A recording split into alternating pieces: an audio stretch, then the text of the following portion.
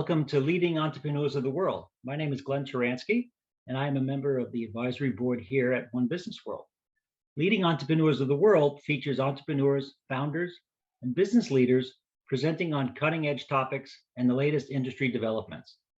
Today, we're very pleased to welcome leading global entrepreneur, best-selling author, and mentor, Melissa Smith. Melissa is the founder and CEO of the Association of Virtual Assistants and the PVA, a firm that specializes in matching clients with the right virtual assistants. She's also a best-selling author of 2 books, Hire the Right Virtual Assistant and Become a Successful Virtual Assistant. Additionally, Melissa also mentors for Remote How Academy, the first global online education and individual certification program. Drawing from her experience while working on 5 different continents, Melissa truly understands how to operate a successful virtual business. Melissa has been quoted by ABC News, Forbes, U.S. Chamber of Commerce, and U.S. News and World Report. Most recently, Melissa was named Trailblazing Female Entrepreneur to Watch in 2021. That's very exciting. Melissa, we're happy and honored to have you here today. We look forward to your presentation and hearing about your very current topic on the long-term value of outsourcing as a strategy. So let me hand it off to you, and then I'll rejoin you on the backside and we'll have a conversation, okay? All right, sounds great. Thank you so much, Glenn. So I'm gonna share my screen with you all.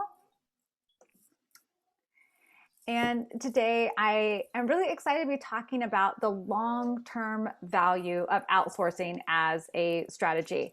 And when we're done, you are going to have a strategy. And that is really exciting because you can't get any long-term value, can't get any ROI unless you have a strategy to do it. Now, this strategy works for outsourcing as a whole. I'm specifically going to be speaking about virtual assistants, but a good outsourcing strategy is a good outsourcing strategy. So know that you can use this. And there's also a difference between outsourcing for immediate value and long-term value. We're going to be talking about long-term value today, so keep that in mind as we're going through the presentation. Now, what we'll be covering today? Well, we're going to talk about what you already know about outsourcing. I want to make sure that we're all on the same page to begin with. We're also going to talk about what you don't know about outsourcing. So these are the most common questions that companies and individuals have when it comes to their outsourcing needs, particularly virtual assistants. And then the secret strategy of outsourcing for long-term value. This is all the questions you didn't even know to ask. This is the information you didn't know existed. And I am more than happy to share it with you today and make sure that it's not a secret by the time that we are done. And so this is my bio. Glenn read it for you already. I'm not going to cover it. But what my bio doesn't say and what people don't know is that I am more likely to be quoted on money than any other topic. And I love to help people uncover the investment of working and hiring and outsourcing with a virtual assistant. And during this presentation, I'm also going to share with you a new type of debt that you probably were not aware of and how that ties in to the investment. So do I love talking about outsourcing? Do I love talking about virtual assistants? Do I love creating strategies? 100%. But it's all centered around money. We love what we do, but love and passion don't pay the bills. So we're here to make a difference and an impact, but we're also here to make sure that we have some long-term value when we're making money. So here's what we know about outsourcing. We know that it saves you time. Time is the most obvious. Maybe you don't have the time to do the work anymore. You don't have enough time in the day anymore for whatever reason. Maybe you are not even equipped or able to do the work from the beginning. So from that standpoint, outsourcing saves you time. We also know that outsourcing saves you money. Generally, you're not going to hire anyone else that it costs you more to pay them than you pay yourself. So you should be saving money when you are outsourcing. Outsourcing provides a better client and customer experience. Now, this one is not a given. You have to do some research, you have to do some vetting on this. Yes, it can be this, but it also can work against you if you don't have this in mind. Everything that you outsource at some point will circle back to you, your company, your product, or service. So you have to make sure that you are outsourcing for that experience. If not, it will circle back to make its way to your desk, and you will not have saved any time or any money on it. And in fact, it will cost you more time and more money in the future.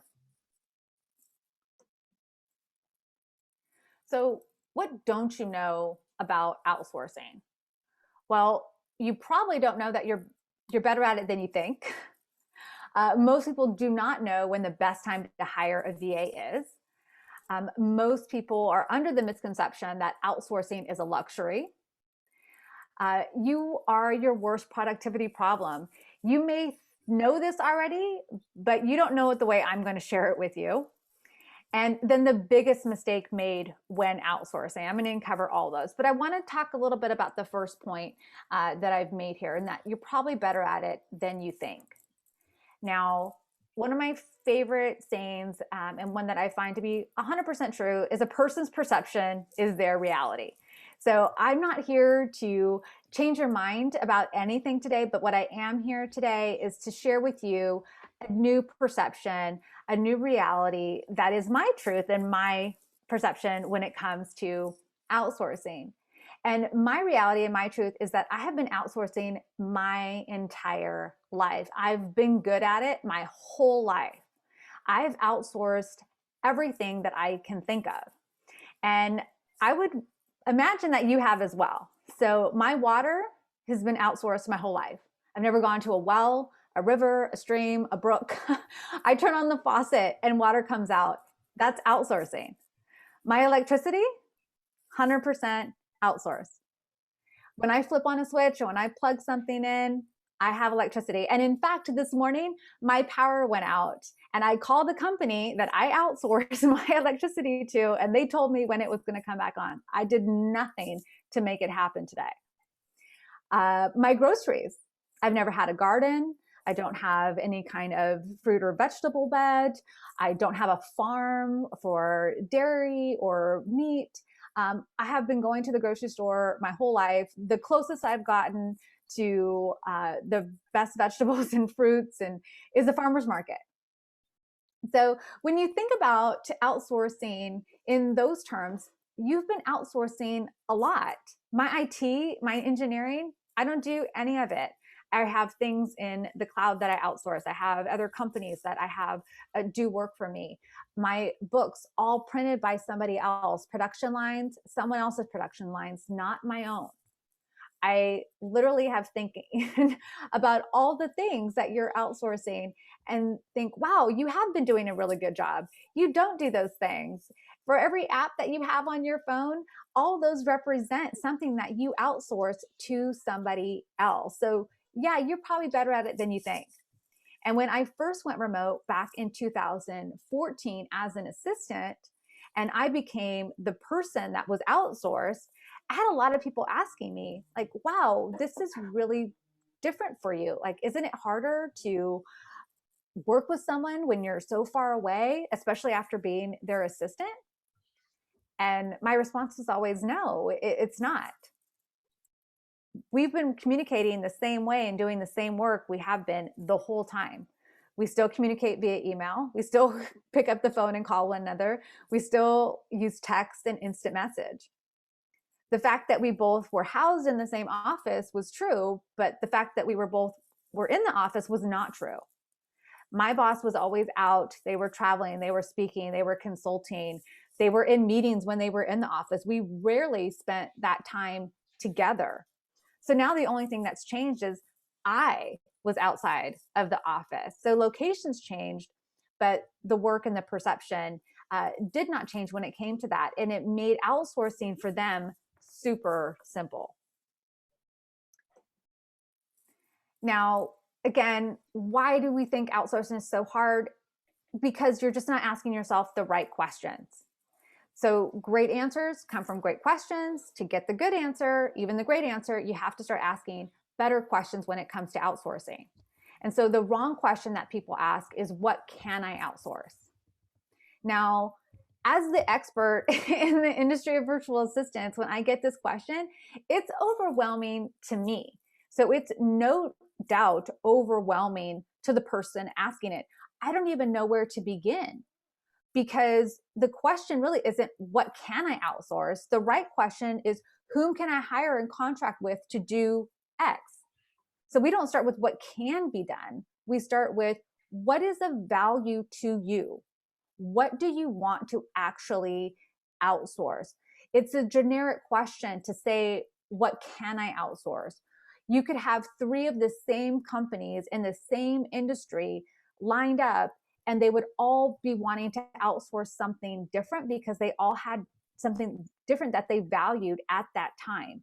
If you want to get the question answered for you, you have to ask the question for you. It can't be generic. I love to say, you have to understand what you're looking for, and you have to know what you're looking for if you're going to find it. If I don't know what I want for dinner and I just go around the grocery store, I'm just like going online, like, I don't know. But the second I make up my mind to say, I want Italian food tonight, I want Mexican food tonight, I want Chinese, I want Indian, whatever that looks like, the second I make up my mind, now I know where to find it. And I also know where I can get it, who I'm going to outsource that to. And when is the best time to hire a VA? It's always before you need one. Always before you need one. I don't care who the person is, how great they are, how long you've known them, how long they've been in the industry.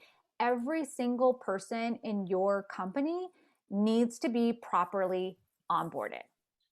So there is no one that can come in on day one and fix everything, put out all your fires. And you shouldn't want them to. That's not fair to that person that you're hiring. Who wants that kind of work?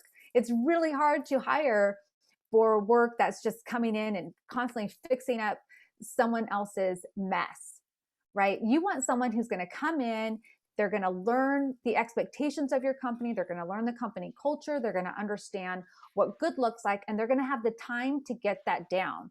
Because while you may be outsourcing and sure, someone else is doing it, once that product or service goes out, it has your name on it, your company name, your professional reputation. You are responsible for that, and that takes proper onboarding. And when I see people rushing this, I just want to tell you right now, every time it's rushed, it goes wrong. So if you want to ensure the horrible hiring process, do it at the last minute and hire far after you have needed to. Outsourcing is not a luxury, it is a necessity. But the reason why people confuse it as being a luxury is because they don't understand outsourcing and how to do it well, how to do it properly, and what's really available to them. So many people think of it in antiquated terms of part-time or full-time, 20 hours a week or 40 hours a week. And that's just not the case for most people, particularly if you're hiring before you need someone. So you can outsource a VA on a project basis or on an as-needed basis. If you just need something done now, you don't need it done repeatedly, this is a one and done type of situation, then absolutely hire it out, outsource that person. On an as-needed basis, maybe you have a seasonal business. Why kill yourself going through the time and effort every single time that season comes around when you can outsource and really create more time for yourself by not doing it all yourself? VAs can also be hired on retainer for as little as 10 hours a month. The average person works with the VA 5 to 10 hours a week, 10 being on the high side. So 10 hours a month is not a luxury. That is not excessive. You're talking about 2 to 3 hours a week that you're working with this person. What could you do with 10 extra hours in a month? Would you have 10 more hours of sleep possibly? Would you have 10 more hours that you would be free for meetings? Would you have 10 more hours that you could work on revenue generating activities? Even at 5 to 10 hours a week, you're talking about 1 to 2 hours a day. What could you do with 1 to 2 hours of heads down work that only you can do in your business? What would that look like? And when you look at your time in those terms, you understand it's a necessity. And maybe during that time, it's not even a VA. Maybe you're outsourcing for something like cleaning or a nanny or food service. All these things are things that you can outsource so that you can have the time that you need in your business. This is not a luxury. And for those companies and those individuals who do need someone 20 hours a week or 40 hours a week, you better believe that's not a luxury. That's a necessity. There's no one who has an extra 20 or 40 hours a week to give if they're doing it all themselves in the first place. So you are your own worst productivity problem. That's a given, but it's not because you are not trying to be productive. It's that productivity is not your problem, and you're trying to make it your problem. And in doing so, you're actually bottlenecking the problem. You are your own worst bottleneck. Just because you can do something does not mean you should be doing something. You should be protecting your investment in the company and what your role is in that company. And in order to do that, you really need to see yourself as a mental athlete. So if I'm an athlete and I am training for an event, I'm training for the Olympics, I don't work out 24 hours a day. I don't get work off of 4 hours of sleep. I don't do things that take away from the fuel that I'm supposed to give to my body so that every day I can wake up rested and ready to do the things that I need to do to work at my peak performance. But every time a business owner or a founder, they want to get into all the weeds of the day and they become that bottleneck, they think, oh, I have a productivity problem. I particularly hear this on the founder side and on the investor side. So I have investors that will email me and say, hey, I'm going to be sending over this company. I invested in them. The founder is doing all this work he should never be doing. She should never be doing. Can you help them out? And I'll say, sure, please feel free to send them my way. And they're like, great. The last thing that I invested in is them doing paperwork. The last thing I invested in is them doing all this stuff that they shouldn't be doing. I'm trying to protect my investment here. And then on the flip side, I'll get founders coming to me and they'll say, how do I tell my investors or my board that I'm hiring for things that I can do? And I have to remind them, that's not why they're invested in you. That's not your job. And when you look at it in terms of 5 hours a week, 10 hours a week, maybe even just 10 hours a month to protect their investment so that they're doing the right things, then absolutely, we'll see productivity in a completely different way now. So think about what you're really being paid to do as a founder, what task that give you no ROI that you can take off your plate.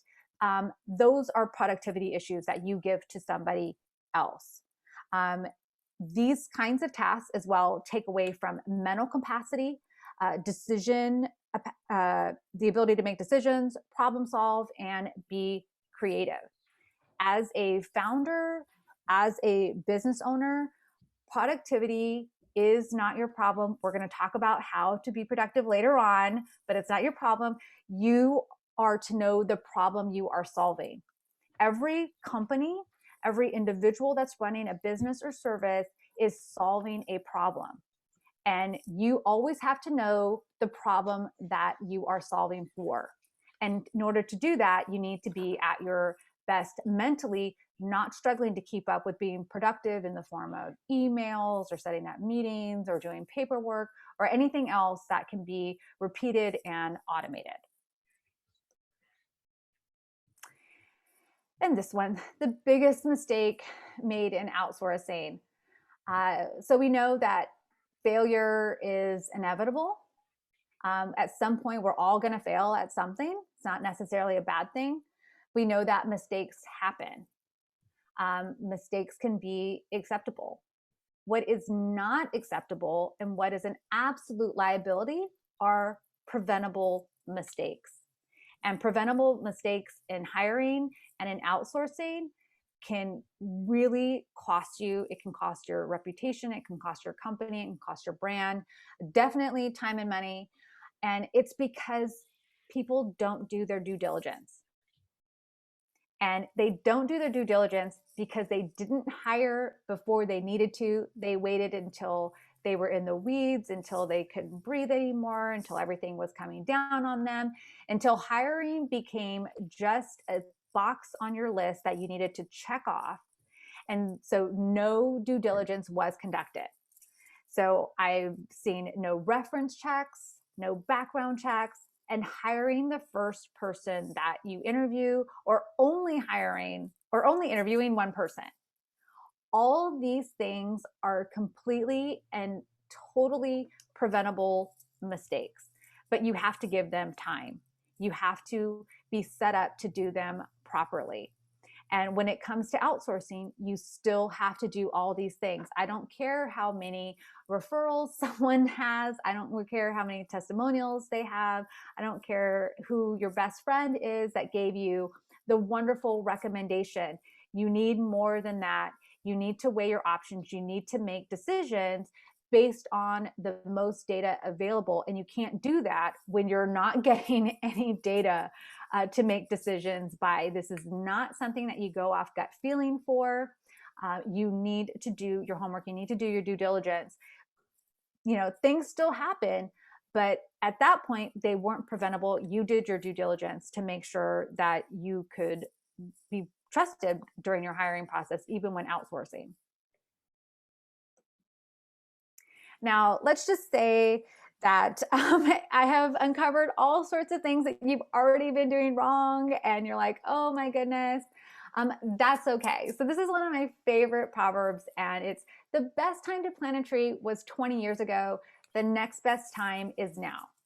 So no matter what you have or haven't been doing when it comes to outsourcing, it's never too late to start making the right outsourcing decisions now. We're going to do that today. I'm going to share with you how to do that. And it's okay, but you don't get information and still not take action, right? The time is now to take action. So we're going to do that. And it's through the secret strategy of outsourcing. And this is where I get really excited, because you can outsource, you can do a lot of things for immediate impact, but it doesn't help if you're not looking at long-term value, not looking down the road. And the secret strategy of outsourcing is eliminating time debt. So this is the debt that I told you I was going to tell you about. And time debt is borrowing time from one activity and giving it to another. Time debt you cannot pay back. Time debt is not something you can purchase or make more of. And it's only something that you can master. So you cannot get back lost time with friends, family, loved ones. You cannot get lost time back when you don't get enough sleep. You don't get time back when you miss birthdays, graduations, special events, anniversaries, holidays. None of that you can get back. That's just time debt that just weighs on you, but you can't do anything about it.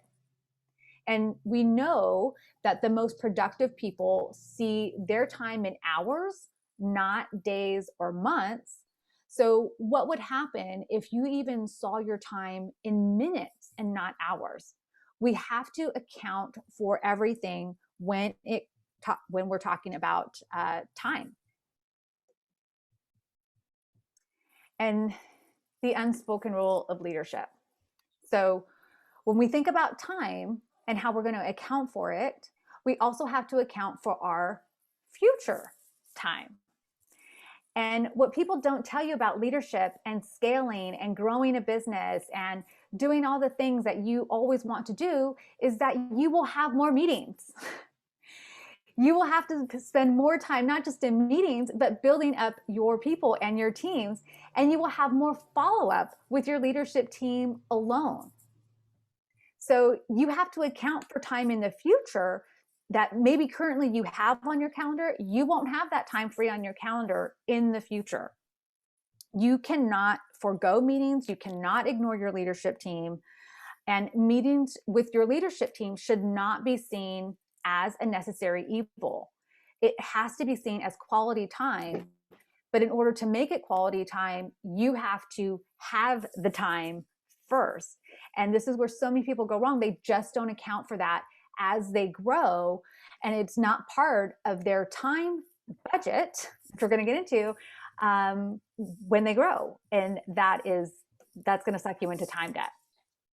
So meetings done well compound your interest. It's just that simple. Meetings with your leadership team should not be seen or counted as debt if they are done right. If you are teaching, you are training, you are collaborating, you are building up, and you are empowering your people to do the things that you can't do or shouldn't be doing so they don't end up back on your desk and you don't find yourself putting out fires, you have meetings that are compounding your interest and that are going to take off. And then now you have people who are doing things that you can't and shouldn't be doing. The benefits of this are massive. And we've seen this in excellent leadership teams. But poor leadership, we've seen it gone wrong. The meetings don't work well. They're not doing the things right. Leaders are making poor decisions that cost companies more time and more effort and bad press. All things that could be done well if your meetings are done well when you give them the time that they deserve. So when you think about it, how much time and money will you lose by doing it all yourself and not outsourcing? You can always make more money. There's always a way to make more money, but you can never make more time, nor can you get it back. And now, if you're the CEO, if you're the founder, you're the business owner, whether you are a CEO of 1, 10, 100, 1,000, 10,000, we all have the same job. We all have the same two things that we have to do. And one is future-proof your business. And two, it's hire the right people. That's every CEO's job. Among everything else that we have to do, if you don't do these two things, you're in trouble. So future-proofing your business is not possible when you have time debt. Time debt sucks you into the problems of today instead of allowing you to see the opportunities of the future. And we will never know really what missed opportunities cost us, but we will have to ask, will that missed opportunity allow us to even stay in business? And this includes evolving your business, right? We're not just talking about the next big thing, but we still have to evolve our business. The household products and services that I used as a child, many of them are still around today. They don't look the same. The advertising's not the same. The marketing's not the same. They have all evolved with the times, which makes them still relevant. And someone had the time to think about how they're going to do this in the future, what the next trend is, what they're going to stay ahead of, what the next market is. They all had time to do that because they weren't focusing on just today. They were thinking about the future. One really exciting company that I heard this from was Coca-Cola. And I'm not even a soda drinker. But it was exciting to me that they're thinking about global warming as it pertains to their business. And they have a high stake in the game because they're wondering where they're going to get water from in the future to make soda. And I thought, well, good, because if Coca-Cola's on it, I know they're going to be doing something about global warming and making sure we have water in the future. We've seen it close to home this past year with restaurants going out of business, restaurants that didn't evolve because they never thought about making sure that they were able to have delivery. They didn't want delivery. Many people wanted people to come into their restaurant. They felt like that was the way that they were going to keep their customers. They didn't think that delivery was going to be something of the future, even though way before the pandemic, the writing was all over the wall. And a company in Chicago did this really well. Not only did they franchise for their pizzas and open up different shops, but they were already set up to ship their pizzas around the United States. So when the pandemic hit, and I actually was ordering pizzas for a client of mine on his behalf to many of his clients, they were slammed with orders. They had not only future-proofed their business to think about shipping and keeping their clients happy and their customers happy and being able to have that hometown pizza wherever they were in the United States, they also had the opportunity to test it, because that's the other thing that we have to do. We have to be able to test it before we try it out. But you really have to know this, and you have to, stay involved. You simply cannot do that if every day you're putting out fires, if every day you're thinking about today, or even, this week or just this month. You have to think about the future if you're going to protect your business in the future.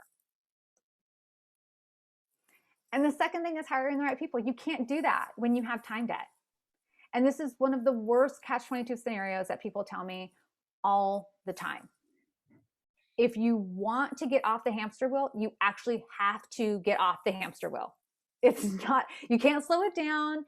You can't say, okay, I'm just going to slow down a little bit. I'm going to take a little bit of time. You actually have to stop. You have to reassess. You have to refocus, and you have to re-strategize. Otherwise, you're just going to keep on going 100 miles an hour into the wall. It's not a matter of if, it's a matter of when. You have to outsource. You have to hire other people. Again, you do it before you need to, but at some point, if you haven't done that, you need to get off the hamster wheel. You need to start doing it today. So how do we create a strategy, right? So we know that we have to do it. We know what our job is. We know the long-term value. We know we have to have a strategy, but how do we create one? Well, again, we start small. Don't think in large terms. Don't overwhelm yourself and ask yourself the wrong type of questions. Think about, okay, if the most productive people see their time in hours, then your strategy must start there. So you have to create a time budget. And your time budget should coincide with your ROI, with your long-term value, with your money budget. What's this going to look like? If those don't match up, if you can't check the boxes on either side, then you don't really know what you're doing. You're looking for that immediate impact. You might have an immediate benefit, but you don't have a long-term strategy. So you need to create that time budget and start small. What revenue generating activity would you do if you had one more hour in the day?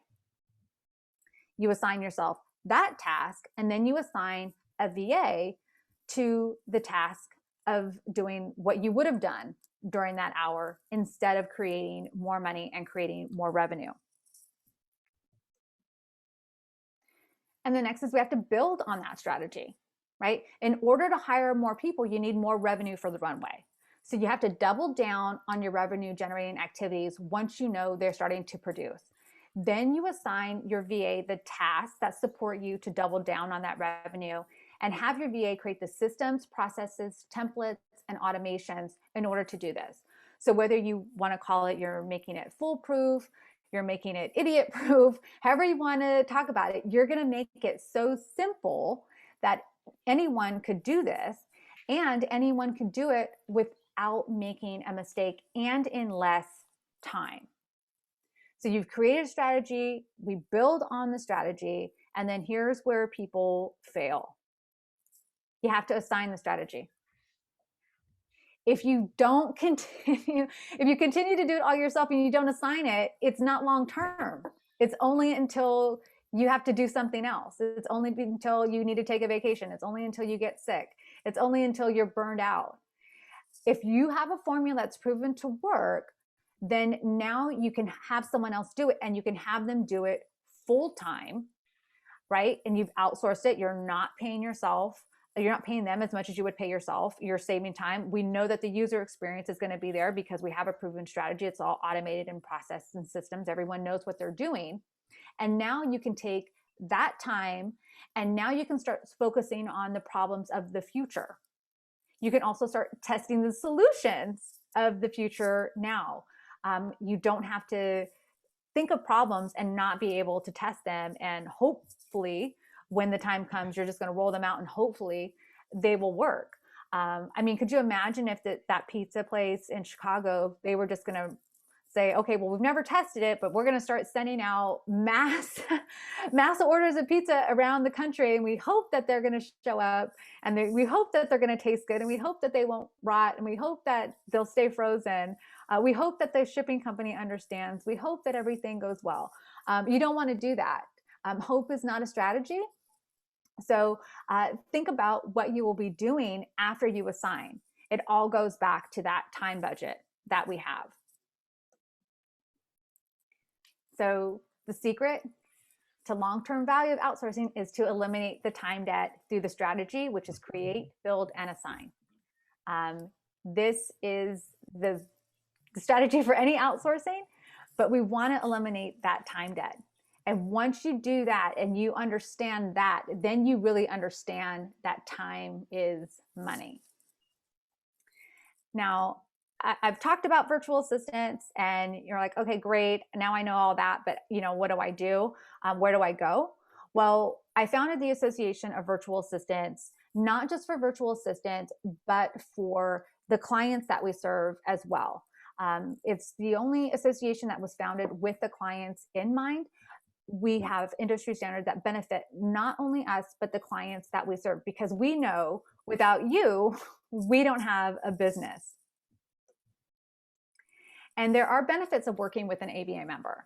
So true assistants, whether human or AI, will anticipate your needs. If you don't have an assistant that anticipates your needs, then what you're doing is delegating, and delegating is more work. You're not really saving time, you're not really saving money, you're not having someone who's thinking about the client experience for you, and a true assistant is going to do that. We give you a library of resources and training and development, but we also give those to the VA. So we're making sure that we're constantly pouring into our members, sharing with them from the best in the business in a variety of different areas through training and personal development. And of course, you no longer have to delegate.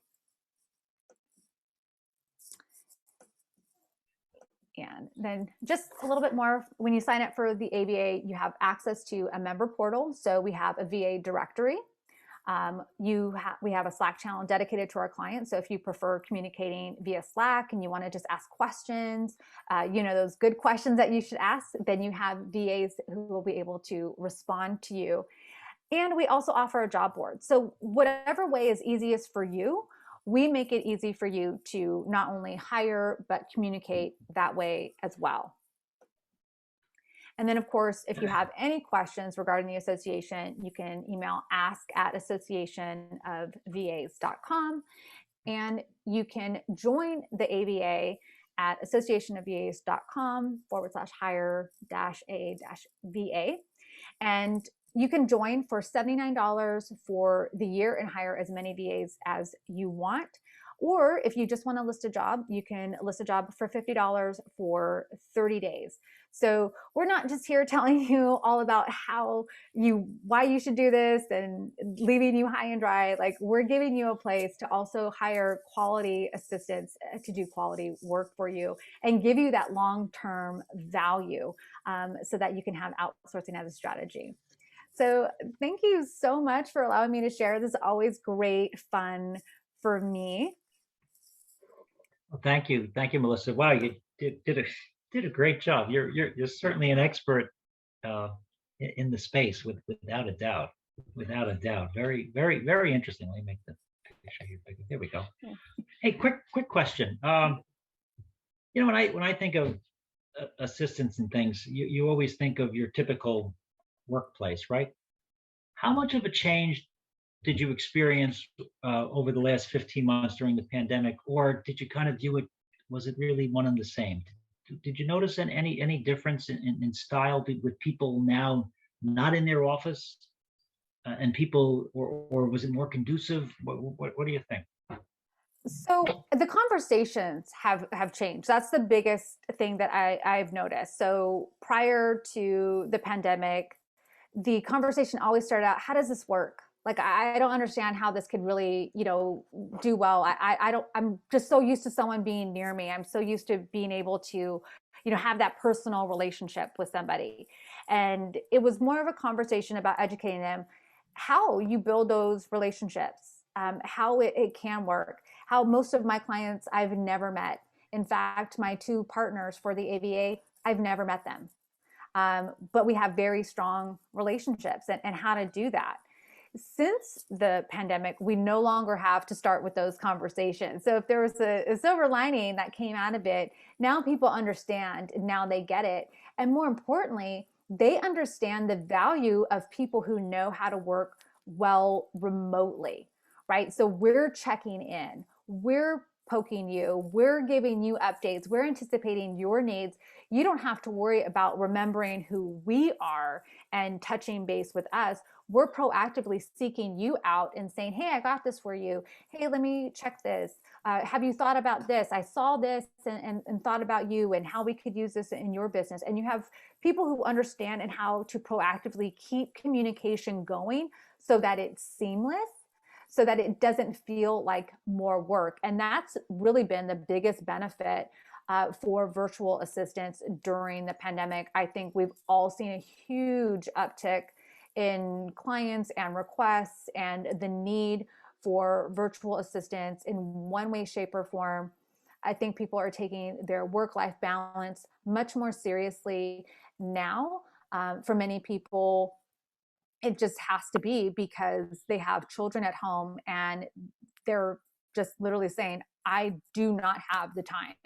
So before, maybe they would have this long break in the day, their children were at school, they would take a break from work while their children were home, dinner, bedtime, and then they would work all hours, of the night, which still was not good. But now they don't always have enough of a time where they feel like they got into their rhythm at all during the day. And so they really need more assistance in those areas. And it's great because once they get that, too, they're thinking, gosh, why didn't I do this all along? I've been overworking myself 18, 20-hour days for all this time because I could. And now they just can't. They physically and mentally hit a wall. No, you look at how people have scheduled their days here during the pandemic, and it's generally back to back to back, right? Mhm. Whereas if you were in a meeting in say a city, you would certainly allow yourself 20 minutes to walk across town, right? That's right.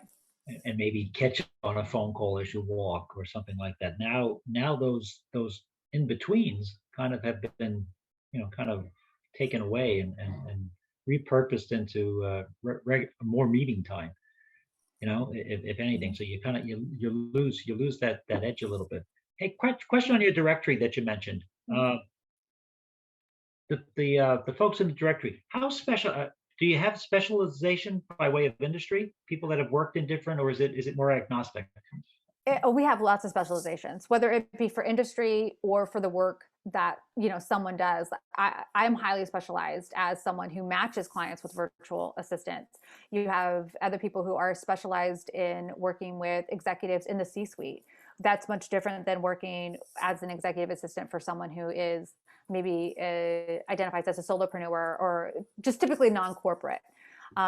Working with those in the education space is much different than working with those in the corporate space. So you have all these different types of VAs doing different types of work for different types of clients. And that is so important to remember because maybe it's a certain space, maybe it's a certain industry, but there's a VA out there who sincerely created their business to work with just those individuals. So while I work with a lot of individuals who work corporate and now they have their own marketing or consulting firm, their coaches, whatever that looks like for them, they came from corporate and they need that style because they're still working with those in, say, Fortune 500, Fortune 100, and those companies have a certain expectation of what that looks like. And what is normal for a virtual assistant in that space is not the same as someone who is a coach or entrepreneur, business person outside that space, an entrepreneur, where they're purposely breaking all the rules and saying, we're not doing it this way. We're doing it completely different. We're going to just make it just the opposite of what another, lifestyle is. And that's so important to know, because you can have a lot of virtual assistants out there, but you still need to break it down to the virtual assistant that's going to be best in your type of business, serving your type of clients. Again, it goes back to that client experience. I could be a great assistant. I could do a lot of great scheduling for somebody. But if someone's asking me to create really great presentations, board worthy, executive worthy presentations, I'm going to fail. And if I'm going to fail on their behalf, and they're going to look bad. I'm not going to save them any time or money or client experience on that. I remember, and I've had numerous assistants over the years, but I always viewed uh, my assistant or our group's assistant really as an extension of our department. That part in the old days prior to maybe email, or when it was, a lot of it was phone based, that was often the first experience for a customer, would be the person who would be answering the phone for either me or for the group, right? And that person was well versed in what we did, and she often did. She was able, because she was so familiar with the business and the strategies and the types of things we did. She was really able to direct people. Well, no, you don't want to talk to him. You should talk to her. She and that, God knows how many hours that saved, because rather than me talking to somebody for 15 minutes when it's like, well, I'm not really the right person. But she knew our business well enough that she was able to help, kind of direct those types of calls, and really be part of the client experience, which was always important We as get a lot well. of requests for that still, because the clients, they have, allowed themselves to be that bottleneck. So every person that comes in that has a question, that wants them to speak, that wants them to present, that wants them to do anything, it all was going through them. And they're like, how do I funnel all these clients off so that they actually want to speak to my assistant and they don't want to speak to me anymore? How do we do that? And that's really easy to do, because that's what we are known to do. Another thing that is like, was old and now has become new again, is creating flow in the day and in our clients' calendars. So this was something that I went to secretary school. So this was something that was heavy on my list, especially in medical office administration. So we had to know, doctors see patients for these kinds of things at these times, and they'll do these things on this day, and they only do surgeries on this day or procedures on this day. It's cut and dry. Like, you could not move those around, because that doctor is in his flow and you're not going to get him out of that. And if you are, you can start looking for another job. But you take it out of that setting and it still works the same. And then you had people start to work, some without assistance, some didn't really know how to set up their calendar. They're just looking for free time, right? They're just looking for a space, not setting them calendars up for flow. There's a lot of calendar tools out there. Calendar tools are great. I use them myself. They still won't set up your calendar for flow. So now I have seen a huge uptick in clients hiring assistants to go in and set up their schedules so that they're flowing from day to day and not having this time of, oh, I'm writing for an hour here, I have a meeting here, I have another meeting. And like you said, you used to have to travel or at least go to an office, or maybe you were going out to lunch, so maybe you could, put some time together. But now the way things are going, people backing up their meetings one after the other, not allowing any buffer time should a meeting go over. So one meeting that goes over in the beginning of your day, now you're full on behind for the rest of the day. So you can think of it like a doctor's office again. You want that early morning appointment because the doctor doesn't have time to be behind yet. But Right. after that first appointment for the day, if they start running behind, it affects everything else for the day. One of my doctors is notorious for almost 3 hour waits. So Oh, I used to bring like every section of the paper I hadn't read, anything I had to bring, and I just kind of got used to it. And but there'd be other patients in there for the first time, and they'd be like, I've been waiting 90 minutes. They said, "Oh, you're about halfway there. What do you mean?" And then they were always amazed though when they would come out and then they would hand them a survey. You want me to fill out a survey? You just made me wait 2.5 hours, right? That doesn't make a lot of sense. The time debt, as you said, is something that is obviously very, very important. If time debt was a credit card, what's the interest rate? oh my gosh. It's 29%, one of those Yeah, penalty I rates? would say it's closer to 30, because I mean, you're thinking about, you know, when people have that feeling of time debt, it's not just the actual work, right? But you can't sleep because you're thinking about work. You can't focus because you're thinking about work. Then when you do something else, like you're spending time with your family, you're thinking about work. And when you're working, now you feel guilty because now you've wasted that time with your family by not being like mentally present. Just the weight on your shoulders. And when you think about time debt, it's the same as that financial debt. So if you've ever seen shows where they showed people in debt and they just look so aged, they're just so tired and they're stressed and they're worried, and you can just sense the weight of the world on their shoulders. And then you have people with time debt and they look the same. They look the same. They just feel like they have the weight of their world on their shoulders, right? I have to do this because I have to pay people, because I have this bill, because I have my family, and I'm, everyone's wanting me, and I'm pulled in all these directions. And, here's the thing that pays my bills. So I have to do this. When you see people without that, they have a completely different presence about them. They look completely different. You can sense it. You can see the calm in them. It's so high. And that's why one of my consultation questions is I always ask is, what would you do if you had just 1 hour in the day? Because just 1 hour back starts to lift the weight and starts to help you like feel like you can, see the light of day again. But if we start, at 10 hours, 20 hours, 40 hours, it's the same with debt. You have to start chipping at it before you can start rolling it up and compounding it to start, making those bigger payoffs later on. It's interesting.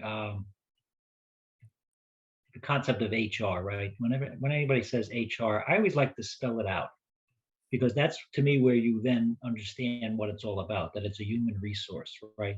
And it's that type of talent management, human capital. You hear that as well. Mm-hmm.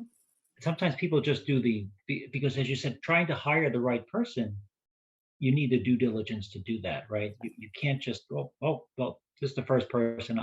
Okay, let's partner with them. You really do want to get people's background, right? Because you don't want to be you don't want to be transactional. You want to be transformational. And by partnering with the right person or people, a group of people, it'll certainly make the business succeed. It'll make you a success, right? Because I mean, you're only as good as the people that you surround yourself with, right? Yeah, I mean that's why they call it team building and the like. You mentioned one piece when you were talking about the association. You snuck in AI. How about on that side, the artificial and any element of that? How might that play out in your opinion? Yeah, so what I had said was that any assistant, whether human or AI, is there to anticipate your needs.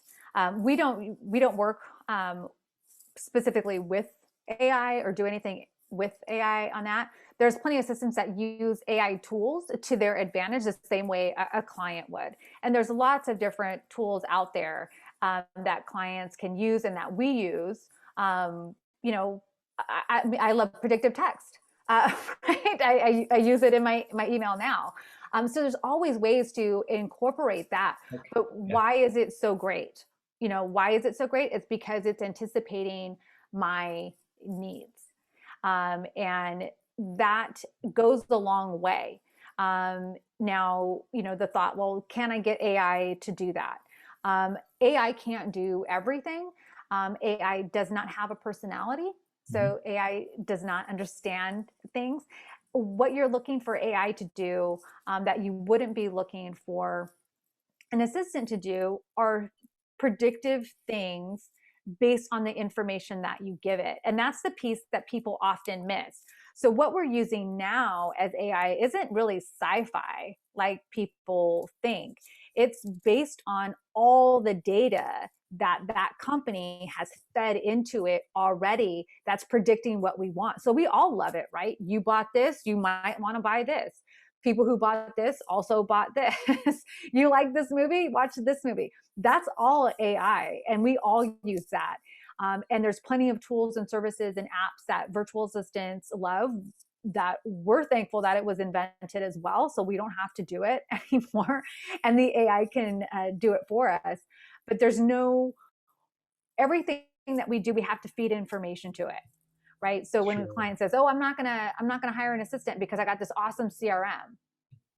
That's not how that works. That awesome CRM has to be fed information that you have to put into it. It's not going to spit it out for you. There's a great tool, Copysmith AI. I think it's awesome. Does really great, gives you options. It will give you great copy to write based on what it predicts that your clients or your customers will want. You still have to feed it information. Yep, And that's what it's all about. And I think that's the thing that people miss. There's a difference between AI and machine intelligence, and I won't go into that, but I do study it. I'm not an expert on it, but it's not what most people are using right now. That's a different level. We're all using basic things that other people have already fed the data to. And that's the key ingredient. So are you buying an AI software that's already been fed a lot of data? You still have to add data to it. You have this great thing that's going to be predictive, and if it does this, then it does that automatically. We love that too. Believe me, we do. We do not want to be on call 24/7.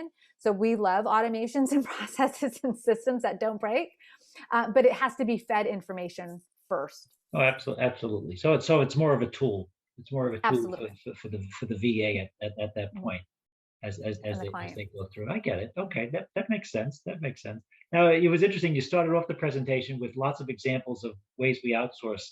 I never would have actually given myself credit for that. But the couple of examples, right? When you think I've outsourced my newspaper, right? Because home delivery comes, right? Right. Or as you said about, unless we're creating our own hydroponic garden, we're not sourcing our own vegetables or fruits, right? So those are all great examples for people to get kind of comfortable with the fact that you can do it. But I know from my own experience with having assistants and stuff, they are such a valuable part of the team. You could come out and you could say, hey, send one of those letters we usually send. And it would come in, and okay, you're still going to review it. You're still going to, maybe personalize it, but you get that running head start by having a quality assistant with you, right? Yeah. That here it is. I used to work with a person, and he one of the partners, and he goes, prepare a memo for my signature. So I said, okay. So I work on it for like 2.5 hours. I'm all set. I give it to him. I give it to him. It comes back 2 hours later, and basically all that's there that was the same was the date. And I said, oh, you hated it? He goes, no, I loved it. You gave me something to start with. And I just customized it to my own style. But it was that running head start. And that's always, starting with a blank piece of paper is always difficult for people, right? Oh yeah, I say it all the time. Creating is hard. Editing, super easy. It's why everyone's a critic, right? If you give me something, I can give you an opinion on it. So it's the same. So I love to have emails drafted for me. And many of my clients, they're like, you can have someone draft your emails for you? I'm like, absolutely. They're like, that would be awesome to start your day. Someone's giving you a to-do list for the day. And oh, by the way, your emails are drafted. So you like them? Great. If not, quick fix, send it out. It's so much easier than going in and thinking, oh, here's everything that I have to do. And there's plenty of assistants that they get to the point where they're like, just start sending them out. Like, you know me, you know what I do. And then for others, they're like, just send them out from you, not from me. And then you can have this conversation with the client because you totally get it. I don't need to be part of this anymore. And that is just a huge benefit. But I absolutely love, like, give me something to work with, especially when it comes to design. I'm not a designer. Like, my mind doesn't think that way. I know what I don't like. I don't know what I do like until I see it. So I just start off like, hey, here's the expectation of what the client is going to feel or, get from it when they see it. But here's what I don't like. I don't want any pink. I don't want any purple. I don't want any flowers. I don't want anything that can be considered, masculine or feminine. Give me something like that, and then send it off and have them bring it back to me. And that is, awesome. If I had to start doing that on my own, we'd be in trouble. But again, if I wanted to use a system or a software to do that for me, I would still have to enter in all that information. But I like to just, get on the phone with somebody and say, here's the things. And they're like, okay, great. I got it for you. See you tomorrow. That's right. Yeah. It just kind of, it's like, okay, I need this, this, and this. And I used to always say it would be nice if somebody could just follow me around, and I could, I could just say, well, we want to do this, we want to do that. And then somebody else be kind of covering the backside of it, because that's what, that's what being a team's all about, right? You have yeah, right. You have your inside people, you have your external people, and everybody excels or is good at a different part of the process. Mhm. Well, you make a really good point about someone following you around. So, we know that when you go to get your taxes done or you're, getting your books done, your accountant knows you really well. They know where you spend all your money. They know your favorite restaurants. They know where you like to shop for clothes. I mean, they have it all. They have all your, expenses in front of you. They know what is valuable and what's important to you. And when you take control over your time, and I can look at your calendar, I immediately know how I can best serve you. And I know how I am going to be the most valuable to you, because what's on your calendar is what's valuable to you. That's your priority. So someone could say, oh yeah, no, this is really great to me. This is really important to me. This is what, this is my jam. But if I don't see it on their calendar, I know that that's not a priority. You may say it is, but you haven't given it anything. So it's the same with money. And so when I would go in and I work with clients, and I was an in-office assistant, and they would say, this is really important to me. I said, it's not on your calendar.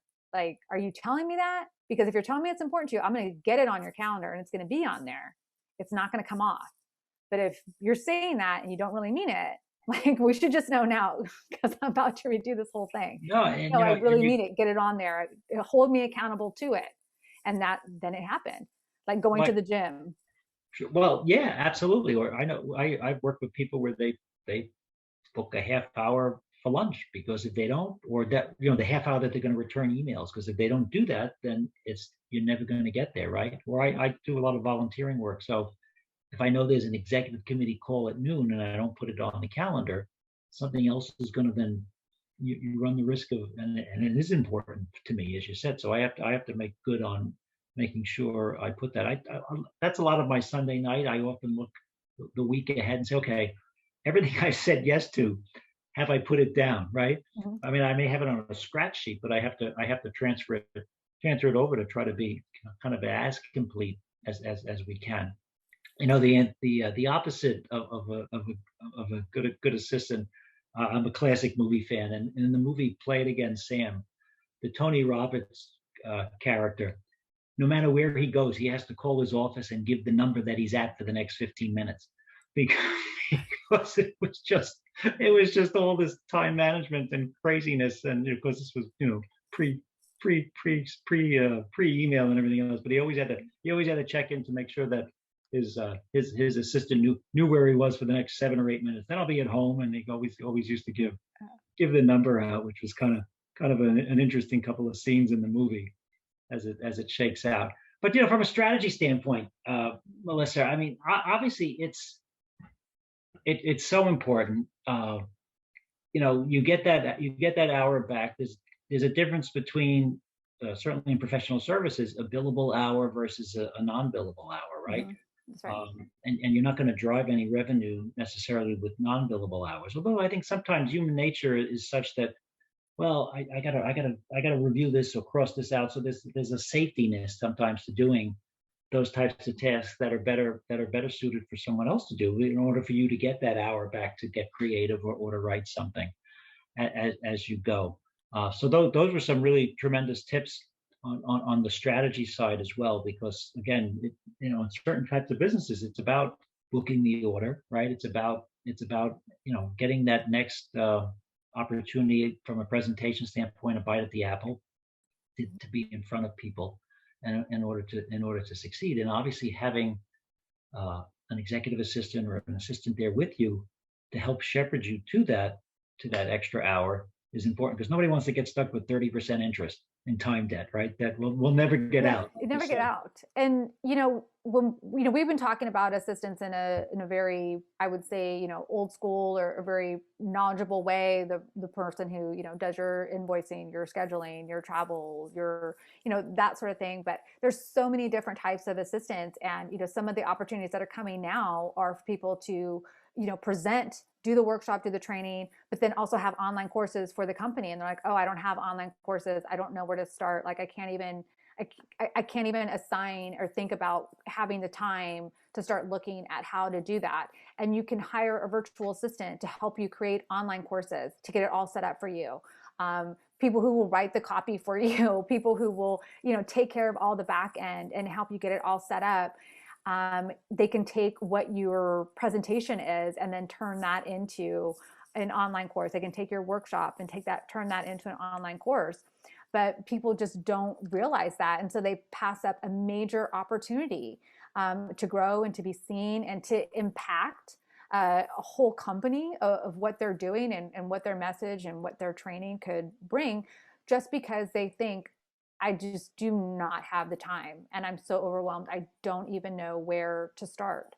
And it's really quite quite sad. And to your point about thinking about the old Play It Again Sam movie, I get really frustrated when I see movies where the assistant is always running around and she's frazzled and she's breaking down into tears. And I thought, who is this person? I have never come across That's this right. person That's in my right. life. Assistants are not sponsored by Kleenex.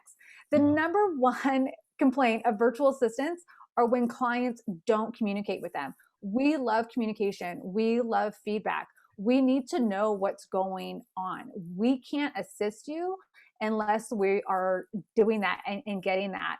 But far too often we're constantly going after clients and we're asking for information. And because they're in this time debt, they can't even answer an email. They're not responding to text. They're not picking up the phone because they're just so overwhelmed. And so the thing that they're trying to pay us to do, we can't even do. No, clearly you have to have two-way engagement, That's right. without a doubt. Otherwise it's just not gonna work out. Well, listen, you've been a delightful guest. Wow, what a wonderful presentation. You took us all different places. When you see the word outsource, you come in with a different type of mindset. And after hearing you and looking through your presentation and our conversation this afternoon, it's tremendous work, and it's so valuable, and it's an extension of really the client experience. And I saw on your website that you had two workbooks, one for the virtual assistant, one for the client as well. That's Kind right. of underscores the fact that that really is a two-way kind of communications to make it work.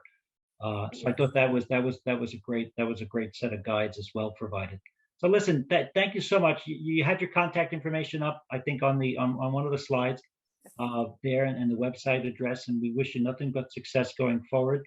And thank you for participating. You are the embodiment here of a leading entrepreneur. It's a tremendous business model you have going, and so helpful to just growing business and having everyone be successful from a strategic standpoint. So thanks Thank for you so much. joining us today, Melissa. My pleasure. Take care of yourself. See you next time. Bye.